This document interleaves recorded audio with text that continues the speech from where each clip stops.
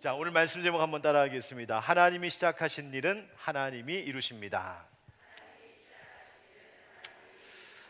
여러분, 누군가를 사랑하려면 꼭 필요한 것 있습니다. 그 대상을 아는 것이 필요합니다.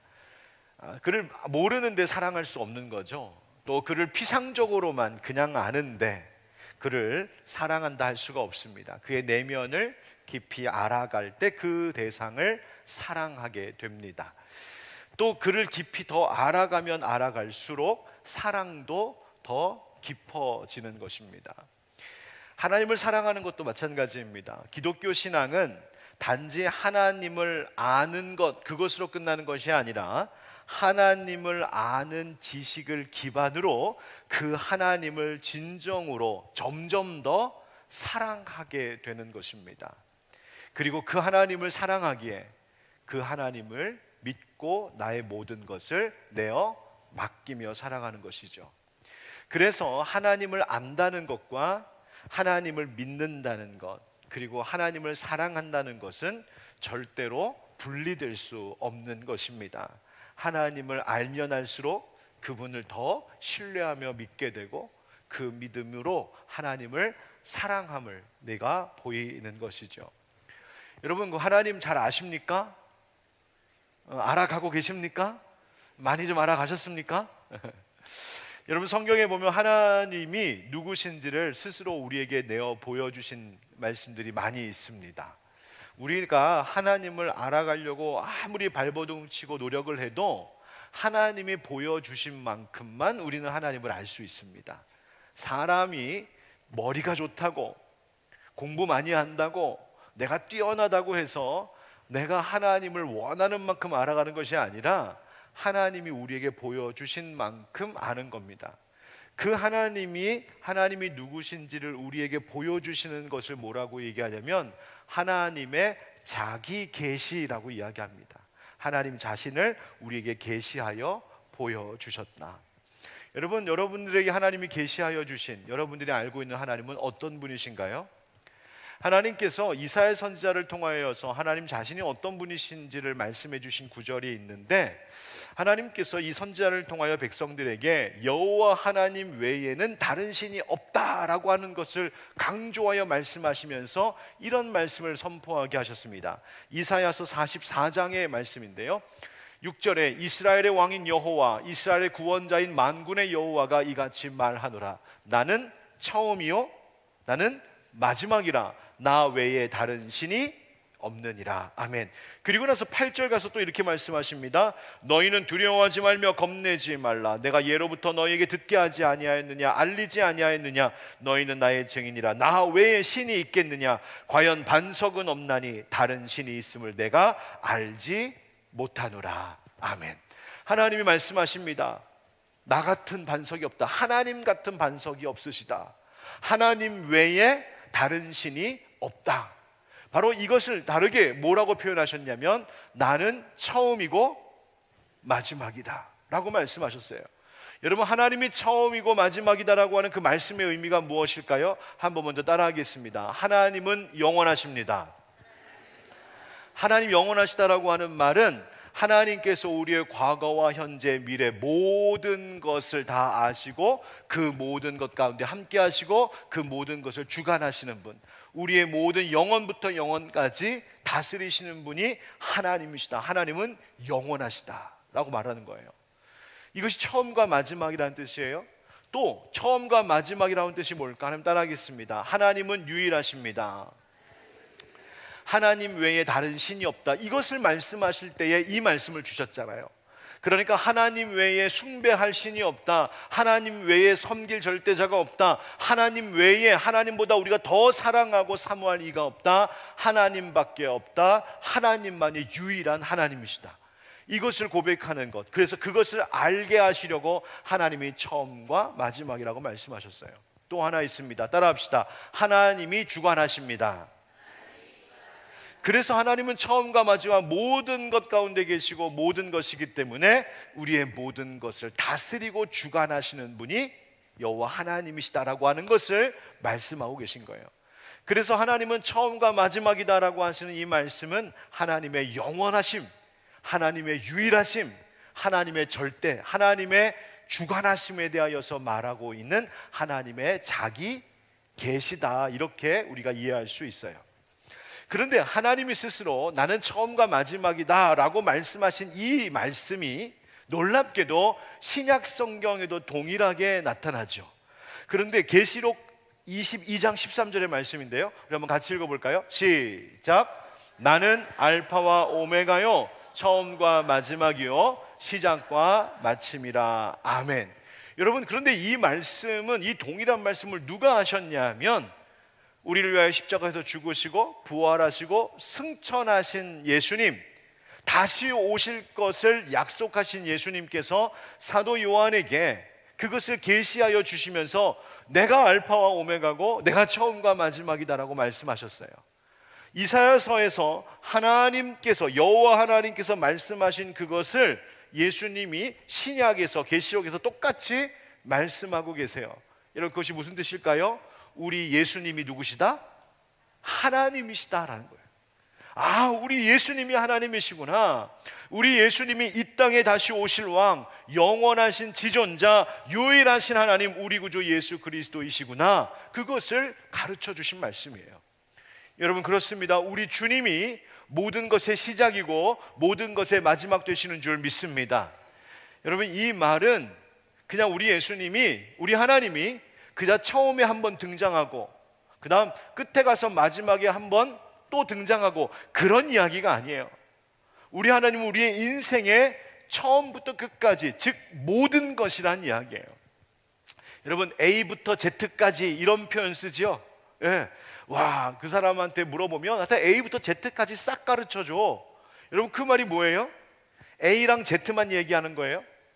여러분, A랑 Z만, AZ가 뭔지 아십니까? 그걸 아재라고 그래요. 아재. 예.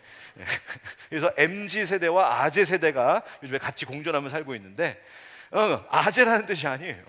A부터 Z까지라고 하는 말은 전부라는 거예요. 우리 주님 전부시다. 우리 예수님 전부시다. 그래서 우리 예수님이 하나님이시오, 우리 예수님이 가장 높은 분이시오, 그분이 내 인생의 가장 높은 가치이며 나의 인생의 가장 중요한 목적이 되신다는 거죠.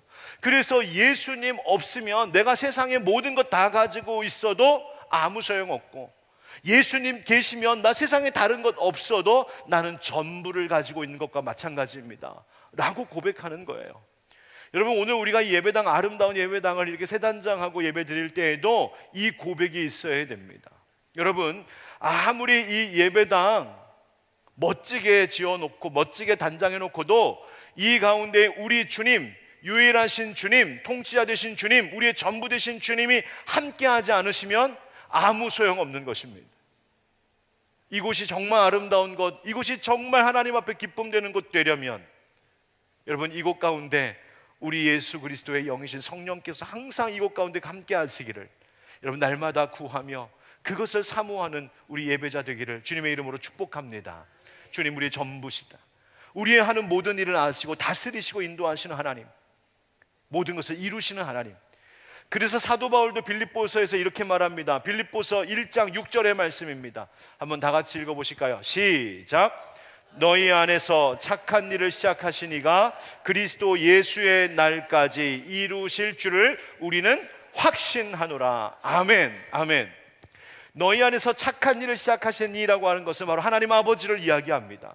하나님께서 착한 일을 시작하셨대요. 여기서 말하는 그 착한 일이 뭘까? 좋은 일인데, 바로 사도 바울이 지금 편지를 쓰고 있는 대상인 빌립보 교인들, 그 빌립보의 성도들이 예수 그리스도의 복음을 듣고 그 예수님을 영접하여 그들이 하나님의 자녀된 권세를 얻게 된 것, 그들이 구원받게 된 것, 그 일이 참으로 좋은 일인데 그 일을 누가 시작하셨다?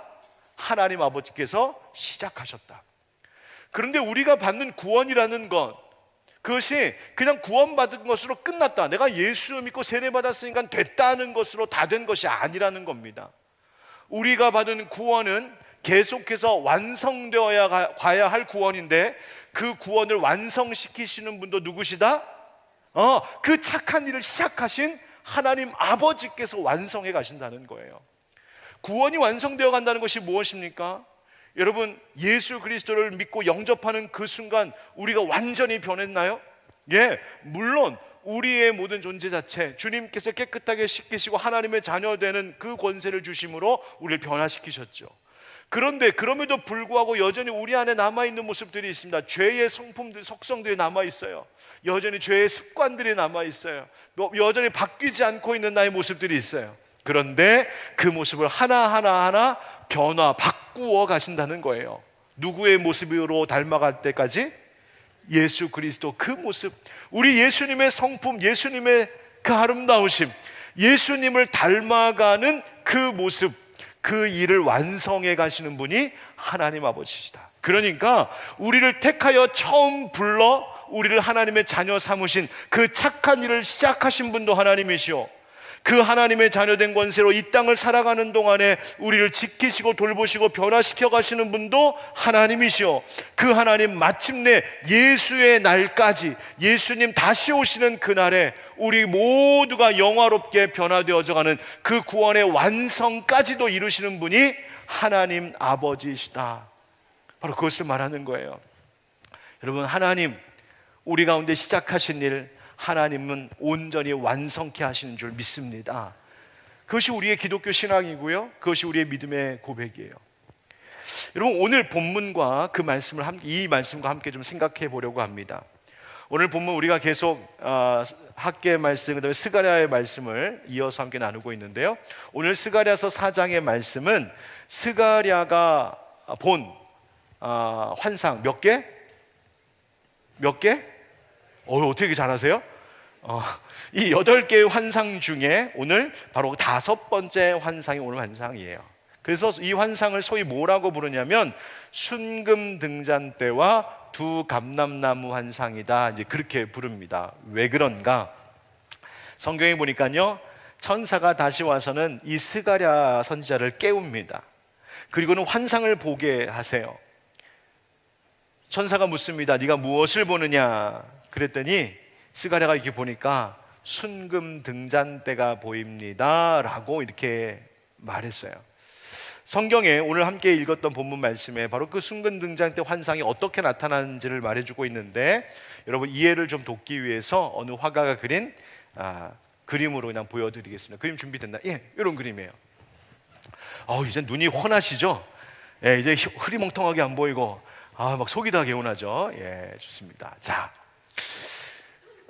이 그림, 물론 이제 상상으로 그린 그림입니다. 상상으로 그린 그림이니까 또 이해하고 보셔야 돼요. 어떤 환상을 보게 되었냐면 순금으로 만든 등잔대가 있어요. 등잔대가 있어요. 그런데 이 등대 위에 큰 그릇이 있고 그 그릇에는 기름이 담겨져 있는 거예요.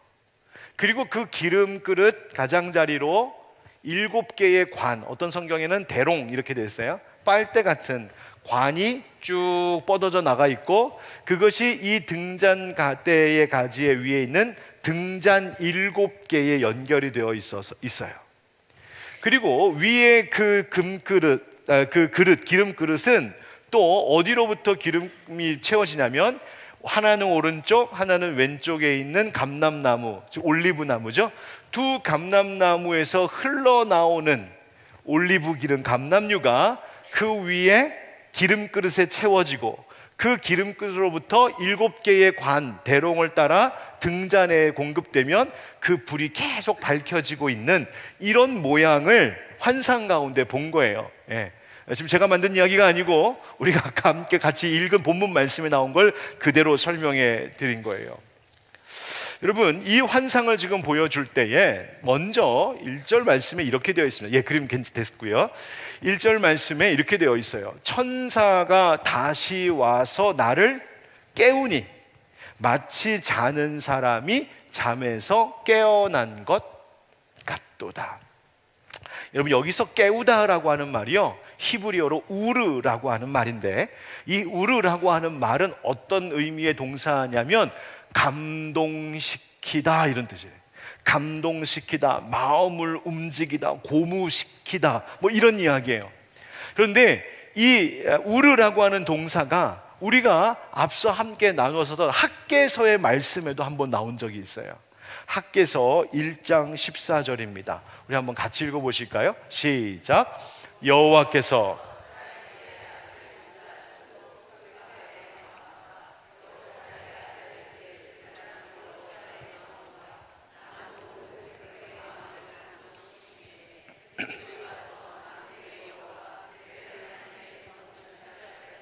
아멘. 스룹바벨의 마음과 대제사장 여호수아의 마음과 모든 백성의 마음을 어떻게 하셨다고요? 감동시키심으로 멈추었던 성전 재건 공사를 다시 시작하게 하셨다 할 때 나오는 그 감동시키다라는 말이 우르, 고무시키다, 심지어 어떤 성경에는 그들의 마음을 흥분시켜서 이렇게 되어 있어요. 자, 다시 스가랴서로 돌아오면, 그러니까 천사가 지금 스가랴를 깨웠다라고 하는 것은 그냥 잠자는 자 깨웠다 그런 정도의 이야기가 아니라 무슨 뜻이에요? 그에게 하나님의 환상을 보게 하고 그 환상이 주고 있는 메시지, 곧 말씀으로 스가랴를 먼저 감동시켰다는 거예요. 감동시켰다. 하나님의 감동시키심. 그래서 그 스가랴가 먼저 하나님의 말씀으로 감동을 받고, 즉 하나님 주시는 영감을 받고 그것을 가지고 이제 백성들에게 말씀을 전하게 되었다라고 하는 것을 이야기하고 있어요. 여러분, 오늘 새롭게 단장된 예배당 보고 마음에 감동이 좀 되셨습니까? 예, 좋으세요? 예, 우르가 좀 되셨어요? 여러분 이제 히브리어도 하시고 막. 예. 그런데 여러분, 저는 간절히 정말 원하는 게 있어요. 저는 이렇게 아름답게 잘 꾸며진 새롭게 단장된 이 건물 때문에 감동받는 거 물론 그것도 귀하고 좋은 일이지만, 저는 이제부터 앞으로 이곳에서 드리는 예배를 통하여 성령 하나님이 우리의 마음을 감동케 하시는 은혜가 더 크기를 주님의 이름으로 간절히 바라고 축복합니다. 여러분, 먼저 이곳에서 말씀 전하는 목사, 이제는 말씀 더 열심히 전하라고 막 이만큼 넓게 해주셔갖고 지금 어디로 가야 될지 모르겠는데, 아무튼 이곳에서 하나님의 말씀 전하는 이 목사가 먼저 하나님의 영으로 충만하여져서 하나님의 말씀으로 감동받아 마치 스가랴가 천사의 깨움을 받았던 것처럼 제가 먼저 깨어나서 그 말씀의 감동으로, 성령의 영감으로 이 강단에서 여러분에게 하나님의 말씀을 전하게 하시고, 그 말씀이 진리의 말씀, 생명수 샘물과 같은 말씀이 되어서 우리를 살게 하시는 하나님의 역사가 이 가운데 있기를 주의 이름으로 축복합니다. 또한 목사뿐만 아니라 여기서 예배드리는 우리 모든 성도님들이 함께 찬양할 때 앞에선 찬양팀들도 성령의 감동하심으로 우르되고, 함께 찬양하고 말씀을 듣고 기도하는 여러분들에게도 하나님께서 감동을 주셔서 정말 하나님이 기뻐하시는 그 삶을 살아갈 수 있는 힘을 얻고 나아가는 그런 이곳이 되기를 예수님의 이름으로 축복합니다. 여러분, 성령님의 감동하심 없이, 성령님께서 우리를 우르하시는 것 없이 그냥 여기서 우리가 모여서 예배하고 말씀 전하고 말씀 듣는다고 한다면, 여러분 어쩌면 그것이 사람의 일로 그냥 끝나버리고 말 수도 있다는 것이죠. 그냥 우리들끼리의 모임이 우리끼리 정말 좋다 잘했다 하고 많은 것 될 수 있다는 거예요. 형식적인 행위가 될 수 있다는 것입니다. 여러분 절대로 그렇게 되지 않도록 여러분 기도해 주십시오. 천사가 스가랴를 깨움과 같이 성령 하나님의 강력한 임재로 우리의 잠자던 영혼들이 깨어나는 역사가 이곳 가운데서 일어나기를 주의 이름으로 축복합니다. 그래서 막 예배 시간에 졸던 분도 막 깨고, 딴 생각하던 분들도 막 깨어나고, 염려와 슬픔 가운데 영혼이 눌려 있었던 분들도 깨어나고, 세상의 즐거움에 취해 있었던 분들도 깨어나고, 그래서 하나님께서 살아계심이 이곳 가운데서 경험되는 놀라운 예배의 영광이 있기를 주의 이름으로 축복합니다. 여러분, 스가랴가 근데 이제 물었어요. 도대체 저 보여주신 환상이 뭡니까? 그러자 대답해 주시는 것이 바로 6절 그 유명한 말씀입니다. 한번 같이 읽어봅시다. 6절 시작. 그가 내게 대답하여 이르되 여호와께서 스룹바벨에게 하신 말씀이 이러하니라. 만군의 여호와께서 말씀하시되 이는 힘으로 되지 아니하며 능력으로 되지 아니하고 오직 나의 영으로 되느니라. 아멘. 먼저 이 말씀을 스룹바벨에게 하시는 말씀이다 이렇게 하시죠. 여러분, 스룹바벨이 어떤 사람인지 기억하십니까? 바벨론의 포로 생활하고 돌아온 이스라엘 백성들, 그들을 다스리던, 그때 왕이 없었으니, 왕이 다 끝났잖아요. 왕이 없었으니 그 이스라엘 백성들을 이끌어갈 정치적인 지도자로 총독 스룹바벨이 임명되었는데, 바로 그 총독 스룹바벨, 그리고 총독 스룹바벨과 또 하나 지도자가 있었거든요. 대제사장 여호수아. 이 두 사람을 통하여서 하나님께서 예루살렘을 다시 회복시켜 가시는데, 오늘 주신 이 말씀은 바로 그 한 지도자인 총독 스룹바벨에게 하시는 말씀이라는 거예요. 예루살렘을 회복시켜야 하는 이 막중한 책임 사명을 맡은 스룹바벨에게 하나님 하시는 말씀이 무엇이냐면, 이는 힘으로 되지 않는다, 능력으로 되지 않는다, 오직 무엇으로? 나의 영으로. 옛날 성경에는 나의 신으로 이렇게 되어 있는데요, 하나님 나의 영, 하나님의 영으로만 된다 이렇게 말씀하세요. 여러분, 여기서 힘으로 되지 않는다 할 때 이 힘은 뭘 말하는 거냐면, 어떤 일을 할 때에 노동자들의 노동력을 두고 하는 말이에요. 즉 사람의 힘, 열심히 일할 때 필요한 그 힘. 능력이라고 하는 것은 뭐냐면 그 한 노동자들이 가지고 있는 강력한 그 힘을 또한 이야기해요. 그러니까 힘과 능력은 노동자들의 노동력과 그 힘을 이야기하고 있는 거예요. 성전을 재건하는 일을 스룹바벨과 대제사장 여호수아가 맡았습니다. 그런데 하나님께서 명하신 이 일은 사람의 힘으로 되는 것이 아니라는 거예요. 아무리 최고로 힘 좋은 일꾼이 와서 일한다고 해서 그거 되지 않는다. 아무리 기술 좋은 사람이 와서 한다고 해서 되는 것이 아니다. 수많은 노동자들이 모여서 힘과 기술을 다 합쳐서 성전을 뚝딱뚝딱 해서 보수 공사한다고 해서 되는 일 아니라고 말씀하시는 거예요. 이 일은 오직 하나님의 영, 성령의 능력으로만 가능하다고 말씀하시는 거예요. 여러분, 사람에게 능력이 참 중요한 시대를 살고 있습니다. 그래서 오늘날 이 시대를 소위 뭐라고 말하는 능력주의 사회라고 이야기해요.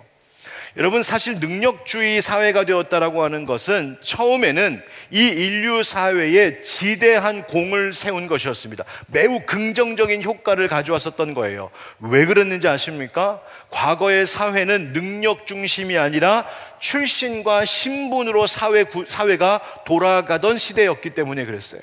그렇죠? 여러분, 우리나라도 그랬잖아요. 우리 이 한반도 땅도 그랬잖아요. 우리 민족 조상들도. 네가 양반이냐 아니면 노비냐, 이거에 따라서 완전 달라졌어요. 양반이냐 양인이냐 천민이냐, 이거에 따라서 인생이 달라졌어요.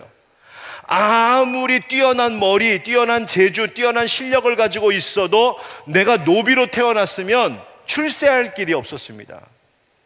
반대로 능력과 상관없이 내가 대단한 양반 집안에 태어났다라고 하는 이유 하나만으로 고위직에도 막 올라갈 수 있었던 그런 시대, 그것이 당연했었던 시대였어요. 그러다 보니 어떤 일이 벌어졌어요? 불공정하게 되는 거죠. 불평등하게 된 것이죠. 기회조차 얻을 수 없는 일들이 너무나 많았죠. 높은 자리를 차지하고 있는 사람들이 그 자리에 오르긴 했지만 실력이 없으니 무능했고 부정했고, 그러니 사회가 불의하게 되고 사회가 발전할 수가 없었던 것이죠. 그러던 세상이 뒤집어졌어요.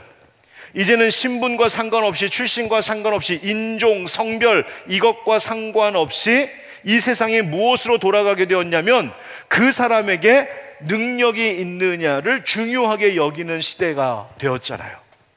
그래서 능력에 따라 기회가 주어지고 능력에 따라 실적과 성과가 좋으면 그만큼의 보상을 해주고, 그러니까 사람들이 내가 열심히 일할 동기가 생긴 거예요. 예전에는 내 출신 자체가 그냥 그러니까 열심히 일할 이유가 없었어요. 단 한 가지 이유가 있다면 일 안 하면 두들겨 맞으니까 그것 때문에만 일했지, 사실 내가 열심히 일한다 한들 안 한들 나에게 주어지는 것은 똑같았단 말이에요. 그러니까 동기가 없죠. 그런데 이제는 능력에 따른 성과와 실적에 따라 보상이 주어지니 내가 열심히 일할 이유가 생긴 거예요. 목적이 생긴 거예요. 그러니 열심히 공부도 하는 거죠. 이것이 바로 기존 사회의 구조 계층을 완전히 깨고 이제는 얼마든지 내 스스로 노력하고 능력을 개발하면 성공할 수 있는 길이 열리게 된 것, 그것이 능력주의의 사회예요. 자, 그런데 오늘날에는 이 능력주의가 비판을 받기 시작했어요. 왜? 굉장히 공정한 것 같은데 능력에 따라서 그렇게 보상해 주는 게 왜 문제가 돼? 이 시대가 어느 정도 흘러가다 보니까 무엇이 문제가 되었냐면 능력 중심으로 공정한 사회가 되었다고 생각했지만 이제는 그 능력 자체로 공정한 사회가 아니라는 것을, 그것이 현실이라는 것을 사람들이 깨닫기 시작했어요. 그게 뭔지 아세요? 소위 이런 것들이에요. 어떤 문제가 생겼냐면, 여러분 기울어진 운동장이라는 말 많이 들어보셨죠? 예, 기울어진 운동장. 여러분 축구장이 평평해서 양쪽에 골문이 있어서 볼을 차면 이게 똑같이 이 뛰어야 되는 힘이, 똑같은 힘이 들어가야 되는데 한쪽으로 이렇게 기울어져 있으면 공이 계속 어디로 가겠어요? 일로 낮은 쪽으로 가죠. 그러니까 이쪽으로 공격해야 되는 사람들은 너무너무 힘든 거예요. 근데 이쪽으로 공격해야 되는 사람들은 그냥 툭 차면 쭉 가니까 이 세상이 지금 그렇다는 거예요. 출신과 상관없다, 인종과 성별 상관없다고 생각했는데 막상 태어나 보니까 어떤 사람은 금수저 물고 있고 어떤 사람은 흙수저 물고 있다. 아, 세상이 공정한 게 아니었구나라는 걸 사람들이 눈을 뜨기 시작했어요. 오히려 가진 사람이 더 갖는구나, 힘 있는 사람이 더 힘을 갖는구나, 없는 사람은 계속 없을 수밖에 없구나. 점점 세상이 양극화되어져 가는 거죠. 이것에 대해서 사람들이 눈이 뜨이기 시작했어요. 야, 능력주의? 야, 그게 꼭 좋은 게 아니네. 또 능력주의 사회가 되다 보니까 어떻게 되냐면 능력이 특권화가 되는 거예요. 여러분, 능력을 가진 사람이 있다면 하나님이 그 사람에게 능력을 왜 주셨을까요? 그 능력으로 선한 일을 하라고, 그 능력으로 세상을 변화시키고, 그 능력으로 세상을 이롭게 하고, 그 능력으로 사람들을 돕고 지키라고, 네 능력을 가지고 다른 사람들 섬기라고 하나님 주셨을 텐데, 우리 죄 많은 인간들은 나에게 주어진 그 능력 가지고 자기만 좋게 하고 자기만 배부르게 만들기 시작했어요. 자기 능력으로 자기의 안전과 안락만을 추구하는 거예요. 능력이 세상을 이롭게 하는 것이 아니라 능력이 내 욕심, 내 욕망을 채우는 도구가 되어버린 거죠. 아, 이게 능력 중심, 이게 좋은 게 아니네. 사람 눈 뜨기 시작했어요. 또 문제가 생겼어요. 능력에 따라서 사람들을 평가하고 보상하다 보니까 공동체가 약화됐어요. 연대하는 힘이 약해졌어요. 무슨 말인지 아십니까? 여러분, 옛말에 이런 이야기 있었거든요. 한 마을에 아이가 태어나면 그 아이는 누가 키운다고 그래요? 그 마을 사람들이 다 같이 키우는 거라고. 함께 사는 거예요. 같이 상생하는 거였잖아요. 연합하고 서로 돕고 상부상조하고. 그런데 요즘은 어떻게 되는지 아십니까? 한 마을에 아이가 태어나잖아요. 그러면 그 아이는 그때부터 우리 집 아이의 경쟁자예요. 그게 지금 시대예요. 그러니까 얘가 잘 되면 안 돼. 왜? 얘가 잘 되면 우리 애가 밀리니까. 끊임없는 경쟁 사회가 되어버리는 거예요. 여러분, 인간이 능력 위주로 사람의 힘, 사람의 지혜, 사람의 능력이라는 것이 되게 중요한 것 같고 되게 필요한 것 같고 되게 가치 있는 것 같은데요, 그렇지가 않더라는 거예요.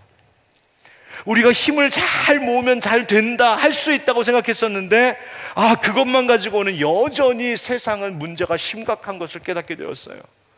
사람의 힘, 사람의 능력보다 더 중요한 것이 있음을 알아가기 시작했어요. 오늘 성경이 우리에게 말합니다. 사람의 능력, 사람의 힘, 나의 힘과 나의 능력, 나를 개발하는 거, 물론 유익한 점이 있을 수는 있으나 그것 가지고 다 안 된다. 너의 인생도, 너의 가정도, 너의 직장도, 우리가 사랑하는 이 교회도 사람의 힘과 능력 의지할 것이 아니라는 거예요. 오직 하나님의 영으로 된다 말씀하셔요. 그 말이 무슨 말입니까? 하나님의 방법이 들어가야 돼요. 하나님이 가르쳐 주시는 정신으로 살아야 돼요. 하나님께서 이끄시는 대로 이끌려가야 돼요. 하나님께서 이루심을 알고 하나님 앞에 맡겨야 돼요. 우리 모두가 하나님의 영으로 감동받아 하나님, 우리 예수님의 성품으로 변화되어져 가야 돼요. 내 뜻이 이루어지는 것이 아니라 하나님의 뜻이 이루어져야 돼요. 그것이 진정한 샬롬이에요. 여러분, 오늘 말씀이 그것이에요. 하나님께서 말씀하십니다. 사람의 힘으로 되는 것 아니야, 하나님의 영으로 되는 거야 말씀하세요. 자, 그렇다면 하나님의 영으로 됩니다. 하나님께서 시작하신 일, 하나님께서 이루시는데 그 일은 하나님의 영으로만 됩니다 라고 하는 이 고백은 과연 어떤 고백을 담고 있는 것일까? 짧게 함께 나눠볼게요. 첫 번째 한번 따라하겠습니다. 모든 문제는 하나님 손에 있습니다. 우리 7절 같이 한번 읽어볼까요? 7절 시작. 큰 산아 네가 무엇이냐, 네가 수룹바벨 앞에서 평지가 되리라. 그가 머릿돌을 내놓을 때에 무리가 외치기를 은총이 그에게 있을지어다 하리라 하셨고, 아멘. 하나님 말씀하시게 하죠. 큰 산아 네가 무엇이냐. 여러분, 우리 이런 말 하잖아요. 할 일이 산더미야. 걱정이 태산 같아. 사내 입장에서는 굉장히 억울한데, 하여튼 우리 무슨 문제만 있으면 저 산을 어떻게 넘어 막 이러면서요. 그런데 지금 하나님께서 뭐라고 말씀하시냐면, 큰 산아 네가 뭐라고 깝죽거리냐. 성경에 그런 말은 없어요. 그런데 그런 의미예요. 그런데 네가 뭐라고, 그러면서 하시는 말씀이 네가 수룹바벨 앞에서 평지가 되리라. 하나님이 기름 부어 세우신 그 하나님의 일꾼 앞에서 모든 문제는 다 평지가 될 거다. 여러분, 그래서 그가 머릿돌을 내놓을 때나, 머릿돌 뭔지 아시죠? 이게 건물을 짓고 나면 완공한 날 몇 년 몇 월 며칠 이렇게 빡 새겨갖고 돌 빡 넣잖아요. 머릿돌. 이제 스룹바벨이 성전을 재건하는 그 모든 일을 마치고 머릿돌을 탁 내놓을 때, 하나님께서 스룹바벨을 통하여 이루신 일을 보고 무리가 외치기를 은총이 그에게 있을지어다. 다른 번역에 보면 아름답다고 외칠 것이다 이렇게 되어 있어요.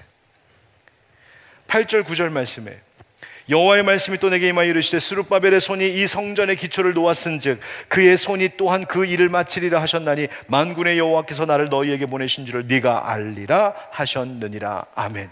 스룹바벨이 처음 성전 재건의 기초를 놓았고, 이제 마침내 반드시 그 스룹바벨이 그 일을 완수하게 될 것인데, 그때가 되면 이 말씀을 지금 전하고 있는 스가랴 선지자가 하나님이 보내신 사람이라는 것을 모든 백성이 다 알게 될 것이다.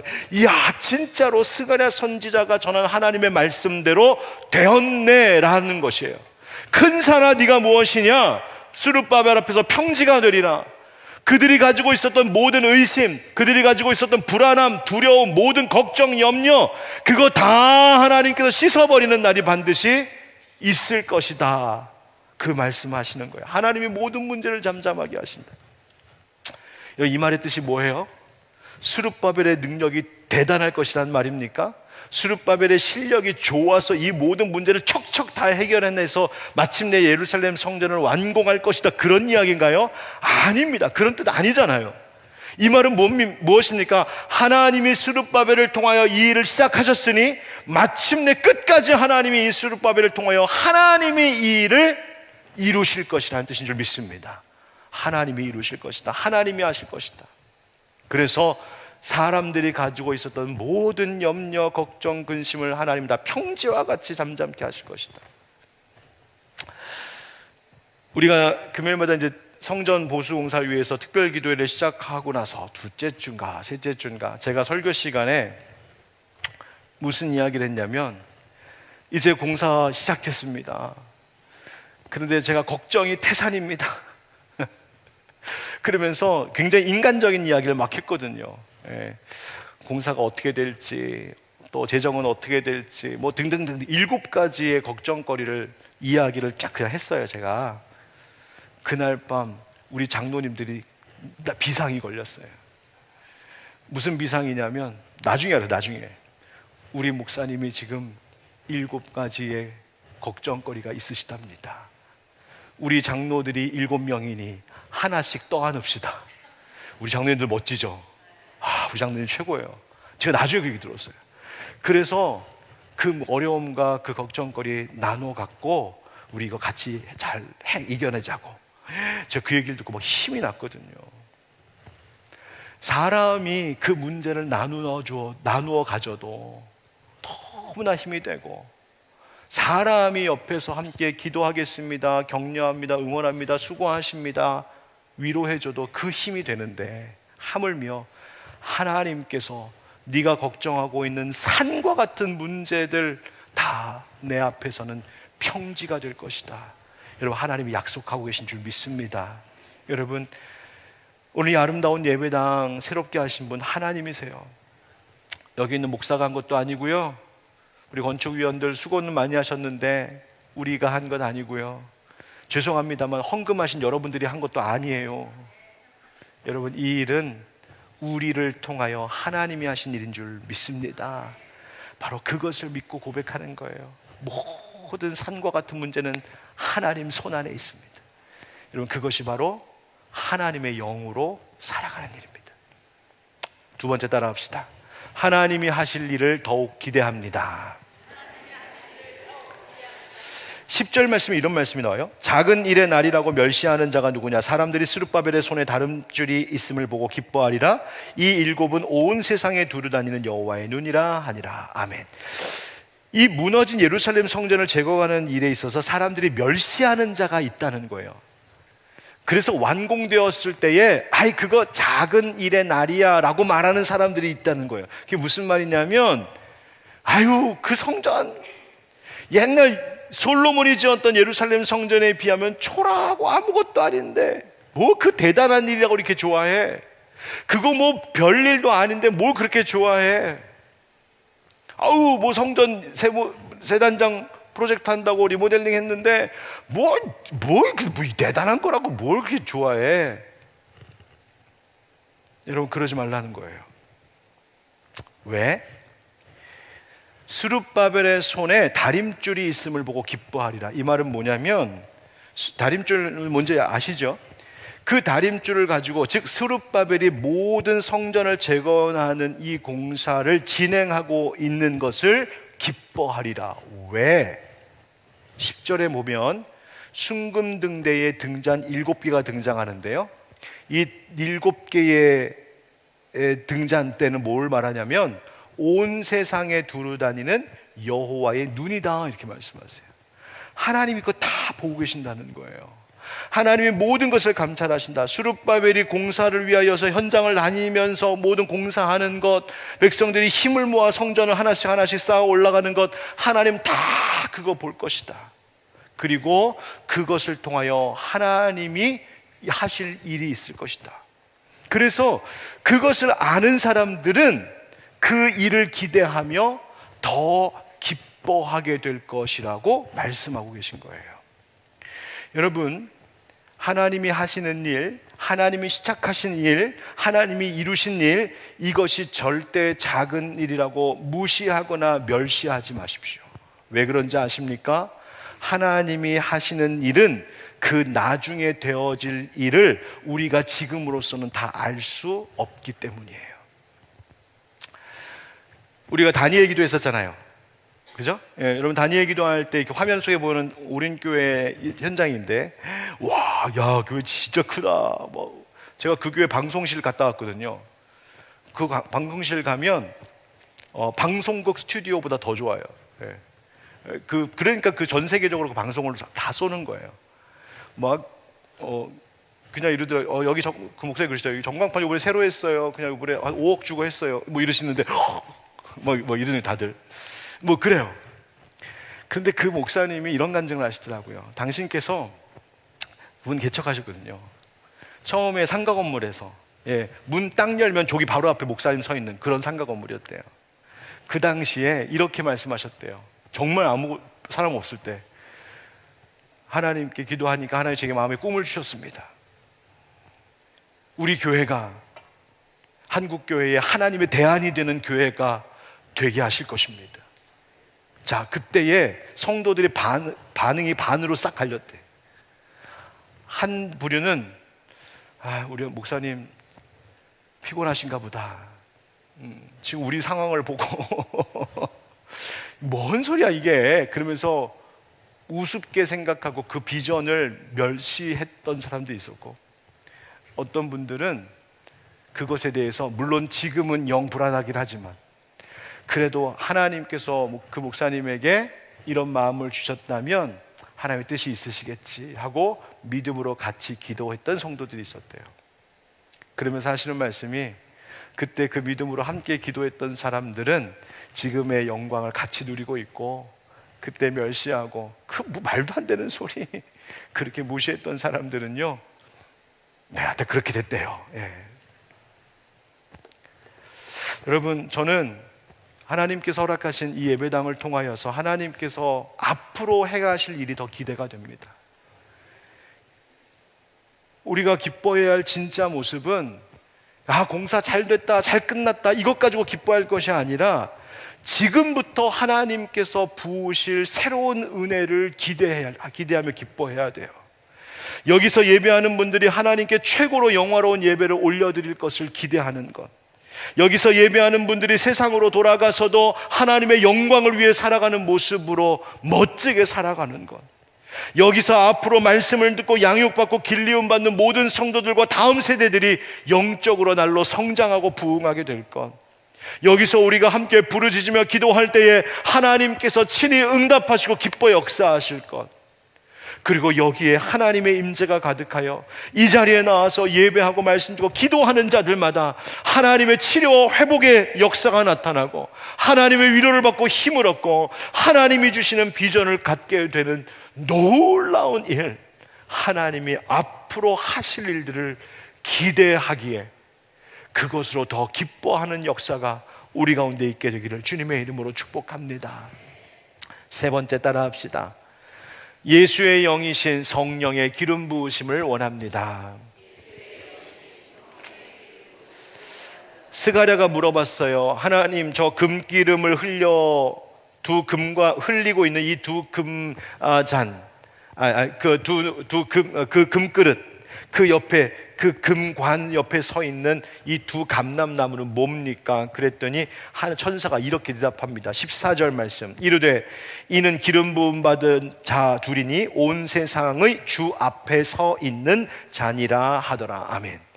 이 두 감람나무는 누구를 상징하는 거였냐면 바로 총독 스룹바벨과 대제사장 여호수아를 상징하고 있는 것이었어요. 한 사람은 총독, 당시에는 왕은 없었으니까 왕의 역할을 하고 있는 총독, 그 다음에 제사장, 그에게 기름 부음이 있음을 이야기하는 거예요. 여러분, 기름 부음의 뜻이 뭔지는 아시죠? 구별되었다는 이야기예요. 하나님의 능력을 부으신다는 이야기예요. 그런데 여러분, 스룹바벨과 여호수아, 총독, 왕과 같은 자와 제사장, 그런데 여러분, 이 둘이 합쳐져 있는 이가 있습니다. 우리에게 왕이시며 제사장이신 분이 계세요. 누구실까요? 맞습니다. 우리 구주 예수 그리스도세요. 그래서 이 환상은 스룹바벨, 1차적으로 하나님께서 스룹바벨과 여호수아에게 기름을 부어 능력을 주심으로 너희들에게 맡겨진 사명을 감당하게 하겠다라는 뜻이기도 하지만, 궁극적으로는 우리의 왕이시며 대제사장이신 예수 그리스도가 성령으로 충만하여 우리의 메시아, 우리의 구원자가 되실 것을 약속하신 거예요. 여러분, 오늘 우리에게 필요한 것이 바로 이것입니다. 오늘 이 자리에, 이 공간에, 여기서 예배하는 이들 가운데 필요한 것이 바로 이것입니다. 다른 것이 아니라 바로 예수의 영이신 성령께서 우리에게도 기름 부어 주시옵소서, 우리에게도 능력으로 함께하여 주옵소서. 그거 사모하셔야 돼요. 왜? 사람의 힘, 사람의 능으로 되는 것이 아니기 때문입니다. 결론 맺겠습니다. 여러분, 창세기에도 보면 건물 짓는 이야기가 하나 나와요. 11장에. 그래서 우리 바벨탑이라고 하죠. 바벨탑을 지어 올릴 때에 그 바벨탑을 쌓아 올린 사람들의 목적은 무엇이었냐면 이런 거였어요. 성읍과 탑을 건설하여 그 탑 꼭대기를 하늘에 닿게 하여 우리 이름을 내고 온 지면의 흩어짐을 면하자 하였더니, 목적이 세 가지였어요. 하나님처럼 되고 싶어서 하늘에 닿으려고, 하나님처럼 되고 싶고, 또 하나는 유명해지고 싶고, 또 하나는 힘이 분산되지 않고 힘을 모아 자기들의 힘이 더 강해지길 원해서 바벨탑을 쌓아 올렸어요. 자기 욕심, 자기 욕망, 자기 중심, 자기 목적, 그것이 교만함이 되었을 때 하나님이 그걸 무너뜨리셨잖아요. 오늘 이야기도 성전이라고 하는 건물을 쌓아 올리는 이야기예요. 그런데 이 일은 하나님이 기뻐하시고 하나님의 영광으로 충만하게 하시겠대요. 왜? 그것을 쌓아 올린 목적은 하나님의 임재와 영광을 얻기 위해서였어요. 하나님 만나고 싶어서, 하나님 은혜 누리고 싶어서. 여러분, 이제 우리에게 과제가 주어졌습니다.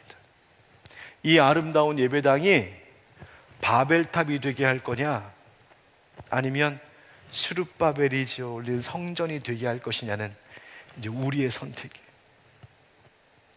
이렇게 지어 올린 아름다운 성전이 그저 우리의 욕심, 우리의 욕망, 우리의 자랑, 우리의 유명해짐, 우리의 만족, 그것을 위해서 쓰인다면 바벨탑과 다를 것이 없어요.